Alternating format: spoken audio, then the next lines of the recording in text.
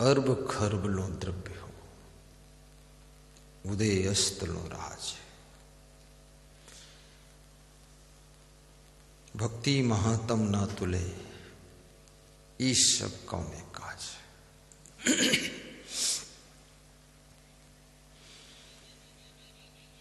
साहब कहते हैं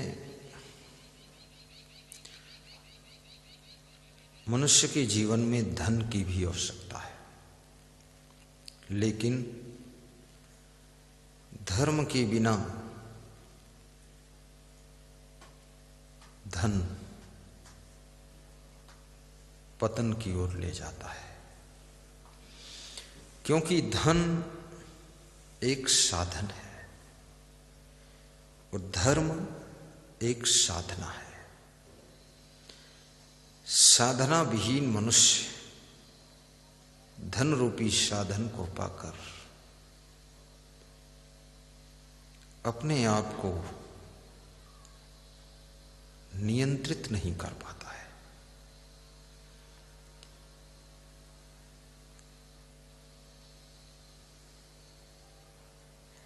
धर्म की राह पर जो चलता है उसका सम्मान होता है।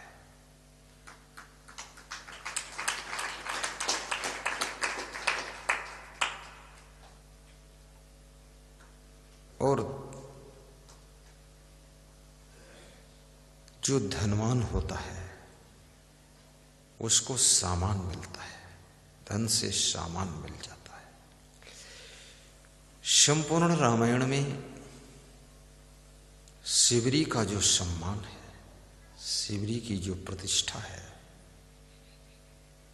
वो प्रतिष्ठा, वो सम्मान, वो यश सोने की लंका में रहने वाले रावण महाराज का भी नहीं है।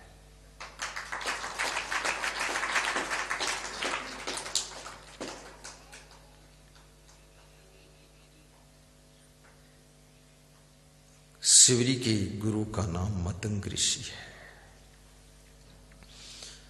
गुरु से बोध मिलता है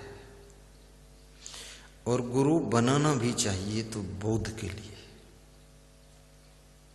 आशीर्वाद के लिए, कृपा के लिए, ज्ञान के लिए, शांति के लिए, संस्कार के लिए गुरु बनाना चाहिए। और यदि तुम्हें संस्कार मिल गया तो संसार में कहीं असफल नहीं होंगे आप।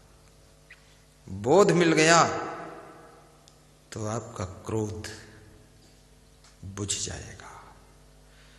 और यदि गुरु का आशीर्वाद मिल गया तो तुम्हारी जिंदगी फिर बर्बाद नहीं होगी। जहां आशीर्वाद होता है वहां फिर आदमी बर्बाद नहीं होता है। आशीर्वाद लीजिए, गुरु से ज्ञान लीजिए, रोज उनका प्रवचन सुनिए।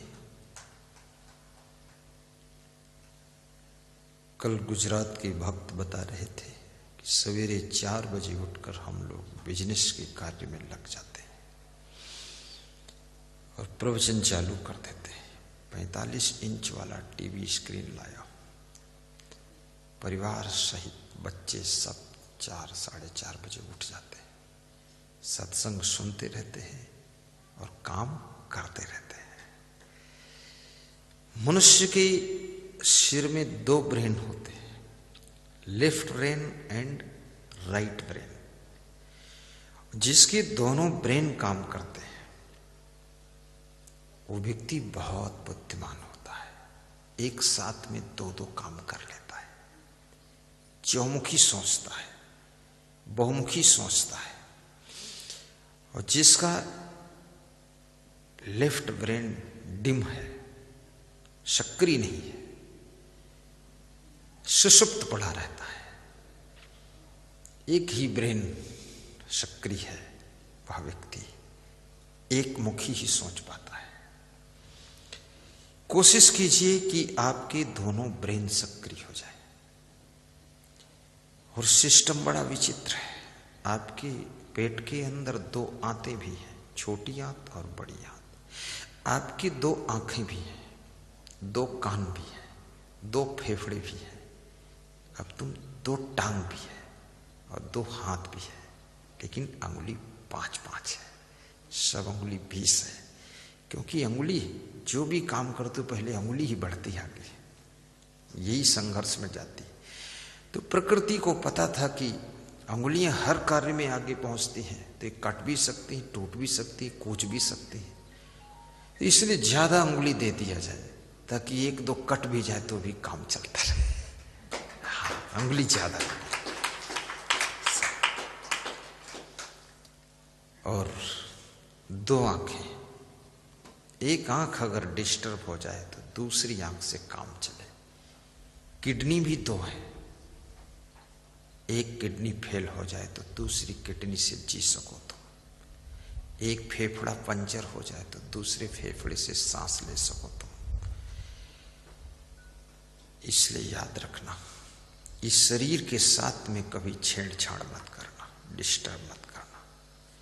ये ओरिजिनल गाड़ी है, इसको ज्यों के त्यों चलने दो। और ये जैसे जो डीजल गाड़ी होती उसमें यदि पेट्रोल डाल दो तो बिगड़ने लग जाती कि नहीं चलेगी फिर।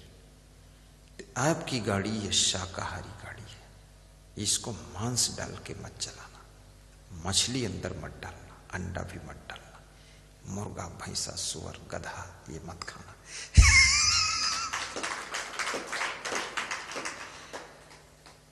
शाकाहारी,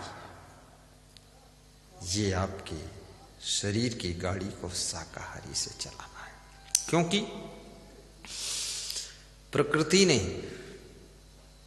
इस सृष्टि में 2 बातें रखा है, एक तो जीभ से चाट कर पानी पीने वाले लोग प्राणी, दूसरे घूंट कर पानी पीने वाले। जो घूंट कर पीते हैं वो शाकाहारी श्रेणी में आते हैं, जो जीभ से चाट चाट कर पीते हैं वो मांसाहारी श्रेणी में आते हैं। जैसे बिल्ली घूंट कर पीती कि चाट कर, चाट कर, कुत्ता चाट कर, शेर चाट कर, ये सब मांसाहारी श्रेणी में। लेकिन गाय घूंट कर, भैंस घूंट कर, आदमी घूंट कर, ये शाकाहारी श्रेणी में है। अब तुम घूंट कर पानी पीते हो, गाय घूंट कर पानी पीती। गाय 7 दिनों की भूखी हो, उसके सामने मांस रख दो, मुंह फेर लेगी, भूखी रह लेगी, नहीं खाएगी। जब खाएगी तो घास खाएगी, भूसा खाएगी, पुआल खाएगी।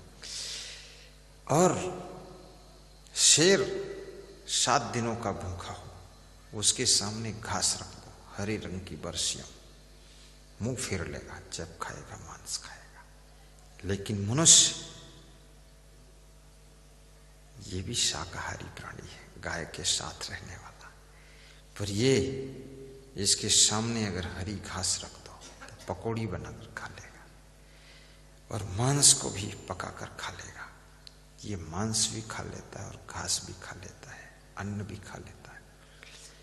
लेकिन हमारा आपका शरीर, दांत भी चौड़े हैं और दांत कमजोर हैं। क्यों? दांत हड्डी चबाने के लिए नहीं है, ये दांत मांस खाने के लिए नहीं है, ये दांत दाल भात, रोटी चावल, हलवा पूरी खीर खाने के लिए। अब इन दांतों से तुम मांस नोच नोच कर खाओगे, उल्टा काम हो जाएगा। इसलिए जो मांस खाते हैं आज से छोड़ देना, जो नहीं खाते हैं उनको धन्यवाद देता हूं, जो कभी नहीं खाएंगे उनको आशीर्वाद देता हूं, जो आज के बाद नहीं खाएंगे उनके लिए शुभकामना करता हूं। और जिनके परिवार में मांस, मछली, अंडा, शराब पीढ़ियों से नहीं चल रहा है, वो 16वें अध्याय में श्री कृष्ण ने 16वें अध्याय का प्रथम श्लोक, द्वितीय श्लोक, तृतीय श्लोक, इसमें दैवी संपदा के लक्षणों का वर्णन किया है। भगवान श्री कृष्ण वाच, भगवान श्री कृष्ण बोले, अभयम सत्यम संशुद्धि ज्ञान योग व्यवस्थिति दानम दमश्च यज्ञस्य स्वाध्यायस्तप आर्जवम्। श्री कृष्ण कहते हैं जिसमें निर्भयता है। निर्भय कौन रह सकता है? जिसकी भावना शुद्ध है वो निर्भय रहता है, जिसकी कर्म शुद्ध वो निर्भय रहता है।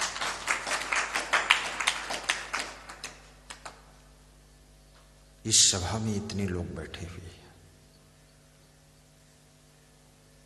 जिसकी भावना है कि हमें सत्संग सुनना है, गुरु जी का आशीर्वाद लेना है, फिर घर जाना है, बस इतनी भावना है, उसको कोई भय नहीं है। जिसकी भावना है कि हमें सत्संग थोड़ा सुनना है, सत्संग के बीच से निकल जाना है और किसी के नए जूते चप्पल पहन लेना है, चोरी करके चले जाना है, तो उसके अंदर भय है, भय से भरा हुआ बैठा है। अब उसके अंदर बड़ी कल्पना उठ रही है कि यदि देख लेगा तो बहुत मारेगा, बेइज्जती होगी, इज्जत जाएगी, हल्ला मचेगा, गुरुजी भी क्या सोचेंगे कि जूता चोर पकड़ा गया। अब ये सब उसके अंदर पूरा रचना हो रही है, घबराहट हो रही है। जब तुम अच्छा करने के लिए सोचते हो तब तुम निर्भय हो जाते हो, प्रसन्न हो जाते हो, निश्चिंत हो जाते हो। जब कुछ गलत करने के लिए सोचते हो तो तुम भय से भर जाते हो, चिंतित हो जाते हो, टेंशन में आ जाते हो। याद रखना, इसलिए अच्छा सोचने में कुछ खर्च नहीं होता है, इसलिए अच्छा सोचा करो ताकि मन निर्भय रहे। और ये देवता का गुण होता है, देवी देवता अभयम सत्यम। और जो सात्विक है, संशुद्धि, जो अंदर से शुद्ध है, सत्यम संशुद्धि, ज्ञान योग व्यवस्थिति, और जिसको ज्ञान भी है, केवल भौतिक ज्ञान नहीं। भौतिक ज्ञान तो मुझसे भी ज्यादा बहुत लोगों को है। आध्यात्मिक ज्ञान, आत्मज्ञान, परमात्मा का ज्ञान, ब्रह्म ज्ञान, परब्रह्म ज्ञान, जड़ चेतन का ज्ञान, पुनर्जन्म का ज्ञान, ये ज्ञान जिसको है। बाकी फिजिकल नॉलेज तो बहुत लोगों को है, उतना ना मुझे है ना तुम्हें है। इतने ये मोबाइल जिसने बनाया है उसको कोई साधारण ज्ञान था, बहुत बड़ा नॉलेज था। हम आप कल्पना भी नहीं कर सकते थे कि बिना तार का कोई ऐसा यंत्र होगा जो किसी से बात कराएगा। कैसे बात हो सकती है? आवाज कैसे उड़ के जाएगी? आज हो रहा है, आवाज छोड़ो, फोटो आ रहे हैं, सब सामने देख रहे हो, बात हो रही। 7 समुंदर पार अमेरिका में बैठा हुआ व्यक्ति 1 सेकंड में कनेक्ट होता है। कितना बड़ा भौतिक ज्ञान था जिसने मोबाइल बनाया, एरोप्लेन बनाया, यंत्र बनाए, संसाधन बनाए, वाहन बनाए। बहुत ज्ञान है। भौतिक ज्ञान का भी महत्व है। भौतिक ज्ञान के बिना आपके शरीर का जीवन यापन मुसीबत से खड़ा हो जाएगा, इसलिए भौतिक ज्ञान भी चाहिए। लेकिन आध्यात्मिक ज्ञान, आध्यात्मिक ज्ञान को समझना ये बहुत बड़ा ज्ञान है। मैं कौन हूं? मैं मरने के बाद कहां जाऊंगा और इस जीवन में कहां से मर कर आया हूं? आए हो तुम कहां से और जाओगे तुम कहां? इतना तो दिल विचार लो, बस हो गया भजन। वासना क्या है? कर्म क्या है? पाप पुण्य क्या है? जीवन जीने की कला क्या है? ये ज्ञान होना चाहिए। तो ये जिसको ज्ञान है, देवी और देवता का गुण उसमें, देवी और देवता। ज्ञान योग व्यवस्थिति, और जिसमें योग भी है। योग का अर्थ क्या होता है? योग का सामान्य अर्थ होता है जोड़ना।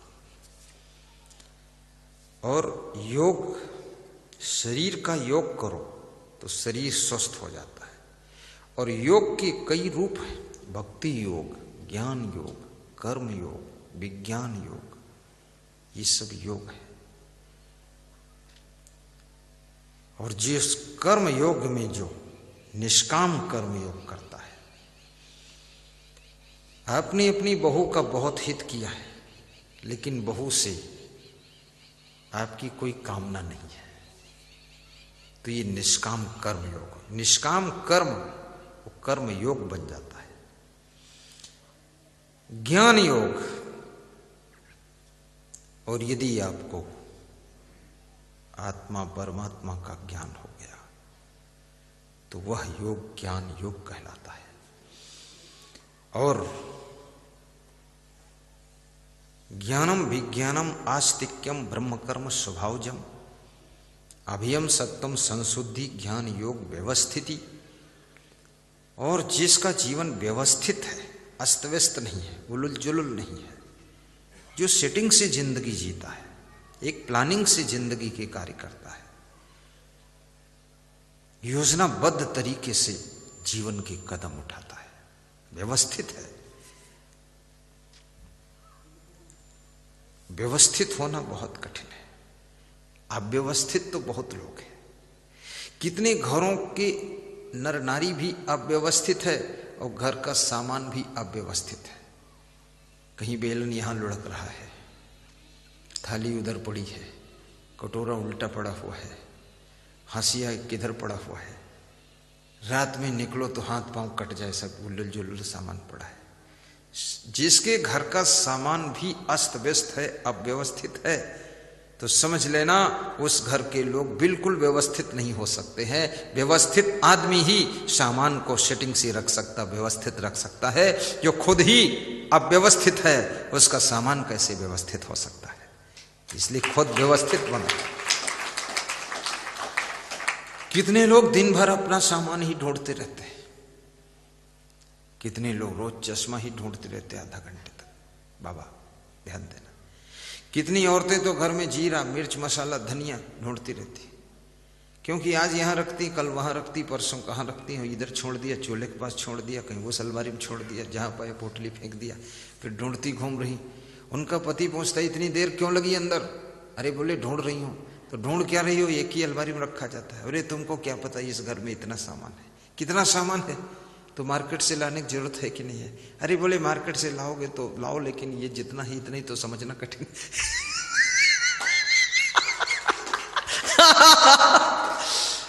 अब व्यवस्थित रखते हैं। हर सामान का निर्धारित स्थान बनाइए। मेरी इच्छा है आज सब भक्तों के लिए पोहा बनवा कर ले आइए। आप जाइए, इनको पोहा खिलाया जाए एक कटोरा, ये भी व्यवस्थित हो जाएंगे जाते समय। हाँ ले आओ बना के फर्स्ट क्लास। गणेश रोज पोहा बना के लाना यहाँ, ठीक? हाँ, पोहा और बतास फेना दोनों, एक नमकीन दूसरा मीठा, और कभी कभी हलवा, और कभी कभी कुछ और डाल दो उसी में, खीर में। अच्छा खिलाता, ठीक? शाही बंदगी, शाही बंदगी, शाही बहुत बड़ी बात है, ध्यान देना। व्यवस्थित ज्ञान योग व्यवस्थिति दानम दमश्च। और दान, दान करने वाला, जिसमें दान का गुण है, ये भारत देश में नहीं विश्व में चैरिटी की चर्चा बहुत होती है, दान की चर्चा। और कभी कभी देश के लिए भी दान करना होता है। कोरोना के समय में कितने लोगों ने बहुत दान किया है, सरकार को दान दिया है, खिलाड़ियों ने, क्रिकेटरों ने दान दिया है, अभिनेताओं ने दिया है, कुछ नेताओं ने दिया है, कुछ किसानों ने भी दिया है, कुछ बिजनेसमैनों ने दिया है, जिसके पास जितना हो सका। जो बहुत धनवान थे वो 100 करोड़, 500 करोड़, 1500 करोड़, कोई 15 करोड़, लेकिन किसी ने 1000 भी भेजा है। कोई ऐसा नहीं है कि आप 1500 करोड़ भेजो, नहीं है 1500 तो 15 रुपया भी ना भेजो, गलत बात है। 15 भी ठीक है, क्योंकि देश के ऊपर संकट था। अभी विश्व युद्ध शुरू हो जाए और भारत देश युद्ध में खड़ा हो जाए तो मैं समस्त देशवासियों से भी कहूँगा, धन भी दीजिए, रक्तदान भी दीजिए और साथ में मिलिट्री में भर्ती भी हो जाइए, देश के लिए बलिदान हो जाए। और नेताओं से भी कहूँगा, ईमानदारी के साथ युद्ध होना चाहिए, बेईमानी के साथ नहीं। देश के नागरिकों को फोकट में मत मरवाइएगा। फिर एकदम आदेश मिलना चाहिए, कड़ा फाइनल होना चाहिए, लेकिन ऐसा नहीं कि वहाँ हमारे लोग मार दिए जाए, तुम फोकट का युद्ध कर दो। युद्ध भी समझदारी से हो, टालते रहो टालते रहो। जब नहीं ही टलने वाला, देश ही नहीं बचने वाला, तब देशवासी कैसे बचेंगे? फिर युद्ध होगा। भगवान कृष्ण ने अंत में युद्ध करवाया था, कौरव पांडवों का युद्ध। भगवान कृष्ण हमें आपको सीख देकर गए हैं कि आखिरी डिसीजन युद्ध है, आखिरी डिसीजन। ये बहुत बड़ा डिसीजन नहीं, आखिरी में जब कोई रास्ता नहीं, सब रास्ते बंद, तब ये रास्ता खोलना है। साहेब बंद की बोलो, दानम धमश्च, दान देना बहुत बड़ा धर्म कहा गया है, दान देना। धमश्च यज्ञश्च, दमश्च किसे कहते हैं? दमन करना, यानी अपने मन इंद्रियों को जबरदस्ती रोकना। जैसे लोग व्रत रहते हैं ना, भूख लगती है, खाने का मन होता है, लेकिन सवेरे ही बोल दिया कि आज हम व्रत हैं, तो अपने मन को रोक लेते। कुछ लोग सोचते हैं कि ये व्रत रहते हैं, फालतू व्रत रहते हैं, फालतू नहीं है। तुम एक दिन बिना नमक का भोजन खाकर दिखाओ, एक दिन भूल से तुम्हारी वाइफ से नमक दाल सब्जी में ना पड़े, उस दिन तुम शांति से खा लो, चुपचाप निकल जाओ, यही तपस्या दिखा दो कर। उसी दिन पूरे घर में तुम आग लगा दोगे, तुम भस्मासुर बन जाओगे। पूरा भोजन छोड़ना तो अलग है, खाली नमक छोड़ नहीं पाओ। ये व्रत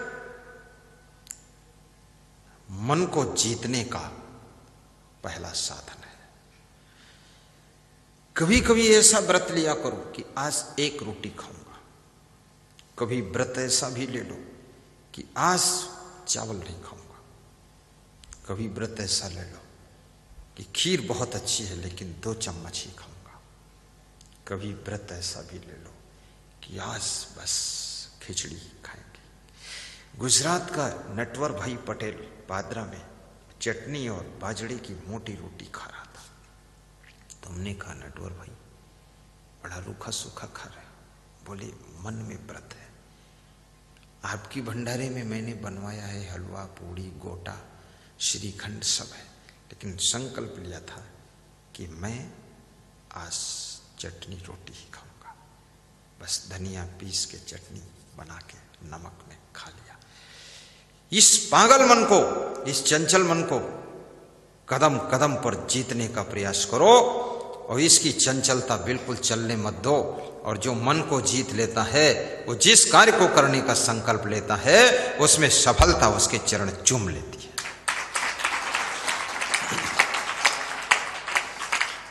बड़ा विचित्र मन है, उबने वाला मन है, घबराने वाला मन है, दुखी होने वाला मन है। जिस चीज को ये चाहता है वही चीज जब मिल जाती है तो उससे फिर ऊब जाता है।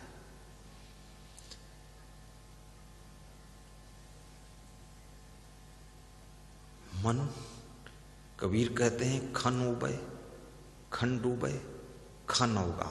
खन माने क्षण क्षण, ये क्षण क्षण में उबता है। जब शादी नहीं होती है, प्रार्थना करता है भगवान से कि भगवान किसी तरह शादी हो जाए। फिर जिसके साथ शादी होती है उसका फोटो देखता है, तो फिर प्रार्थना करता है, ये गुरुदेव इसी के साथ हो जाए, बिल्कुल ठीक है। और जब शादी हो गई, साल भर में उबना शुरू हो गया। फिर 2 साल बाद कहने लगा किस पगली के चक्कर में फंस गया। तीसरे और लेडीज भी बोलने लगी, अरे किस मूर्ख के साथ शादी हो गई, इतने ही दिनों में ऊब गए। ये ऊबने वाला मन, इसको समझाइए। नई नई चीजों में ललचाइए मत। ये मन केवल खाने में ही ललचाता है ऐसा नहीं है, ये सभी जगह ललचाता है। बड़ा लालची मन है। जिस घर को तुम बनाते हो, खुश हो जाते हो, बना करके उद्घाटन करते हो, सबको दिखाते हो, भंडारा हो जाता, सब हो जाता, लोकार्पण हो गया, फीता कट गया, हवन हो गया और रहने लगे, बड़े खुश हो गए। 3 साल के बाद तुम कहते हो इसमें ये कमी है, वो कमी है, ठीक नहीं है, उस घर से ऊबने लग गए। फिर सोचते हो अब कि इसका कलर बदलवा के देखेंगे। ऊबने लगे। ये ऊबने का स्वभाव, ऊबने का नेचर वास्तव में अगर गलत है तो चेंज करना चाहिए। लेकिन यदि तुम्हारे मन की गलती है इसलिए ऊब रहे हो तो मन को समझाना चाहिए। कितने लोग अपने मां बाप से भी ऊब जाते हैं। कुछ ऐसी चीजें हैं जो चेंज नहीं हो सकती। आप मां बाप को चेंज नहीं कर सकते, मां वही रहेगी। तुम लाख प्रयास करो, गाड़ी चेंज कर सकते हो, मकान चेंज कर सकते हो, सामान चेंज कर सकते हो, लेकिन ना तो अपनी मां को चेंज कर सकते हो, ना बाप को चेंज कर सकते हो, ना तो भाई बहन चेंज कर सकते हो। मानने को तुम किसी को मान लो कि हमारे बाप के समान है। बाप के समान इसका मतलब ये बाप नहीं है पर समान है, वो अलग बात है। वहां पर क्या करना चाहिए? दुनिया को समझा लोगे शांति नहीं पाओगे। जिस दिन खुद के मन को समझाना आ जाएगा उसी दिन तुम शांति के सागर बन जाओ। मन को समझो।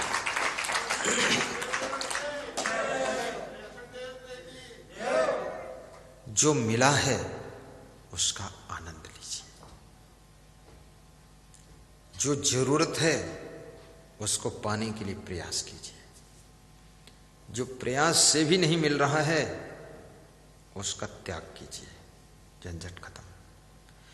और जो मिल करके खो गया है उसको भूल जाइए। जो मिलकर खो जाता है उसको तुम हमेशा याद करते रहते हो, स्मरण करते रहते हो। और ये भी याद रखना भाइयों बहनों, जो मिला है, जो पास में है, उससे तुम संतुष्ट नहीं होते हो, खुश नहीं होते हो, इसलिए तुम वर्तमान में भी दुखी रहते हो। और जो पास्ट काल में खो गया है उससे भी दुखी हो, उसकी याद कर करके। और भविष्य में जो मिलना नहीं है उसके पीछे अंधी दौड़ में लगी हुई हो। जिंदगी के दुख का कारण यही बना।